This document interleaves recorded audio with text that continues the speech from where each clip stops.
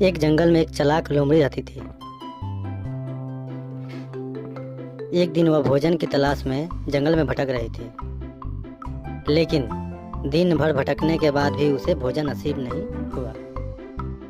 वह थक कर एक पेड़ के नीचे सुस्ताने के लिए बैठ गई। जिस पेड़ के नीचे बैठकर सुस्ता रही थी, कुछ देर बाद एक कौवा आकर बैठा। कौवा कहीं से रोटी का एक टुकड़ा अपनी चोंच में दबाकर लाया था। लोमड़ी ने जब कौवे को देखा तो उसकी नज़र रोटी के टुकड़े पर ठहर गई। रोटी का टुकड़ा देखकर लोमड़ी के मुंह में पानी आ गया। उसकी भूख दुगनी हो गई।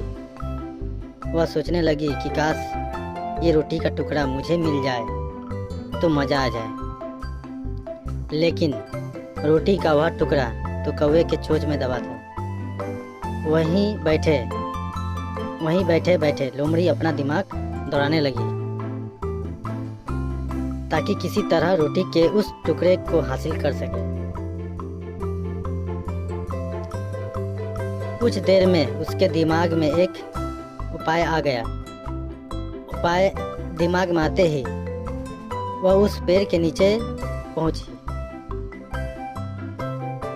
जहां कौवा बैठा था। कौवे की प्रशंसा के पुल बांधने वह ऊपर मुंह कर वह कौवे की प्रशंसा के पुल बांधते हुए बोली, कौवे भाई, तुम कितने सुंदर दिखते हो। तुम्हें पता है कि तुम इस विश्व के सबसे सुंदर पक्षी हो। तुम जैसा तो कोई भी नहीं है। अपनी प्रशंसा सुनकर कौवा खुशी से फूला नहीं समाया, किंतु वह मौन रहा। लोमड़ी ने अपनी प्रयास में कोई कमी नहीं आने दी। वह कौवे की तारीफों में बड़ी बड़ी बातें करती रही। धीरे धीरे कौवा लोमड़ी की बातों में आने लगा, लेकिन अब वह चुप था।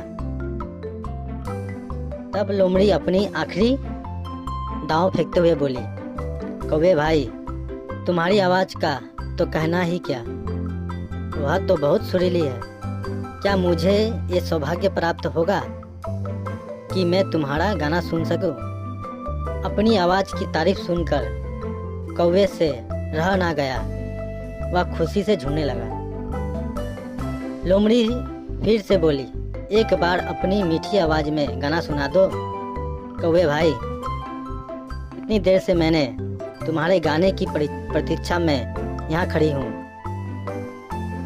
ये सुनाना था कि गाना सुनकर लोमड़ी से और तारीफें बटोरने की इच्छा में कौवा भूल गया कि उसके मुंह में रोटी का टुकड़ा है। गाना गाने के लिए उसने अपने मुंह खोल दिया। फिर क्या था, उसका मुंह खुलते ही रोटी का टुकड़ा नीचे गिर पड़ा। लोमड़ी तो इसी ताक में थी। झट से उसने रोटी का वह टुकड़ा लपक लिया और वहाँ से चलती बनी। कौवा देखता रह गया। तो फ्रेंड्स, यदि आपको लोमड़ी और कौवे की कहानी पसंद आई हो तो आप इसे शेयर कर सकते हैं। नई पोस्ट की जानकारी के लिए कृपया सब्सक्राइब करें।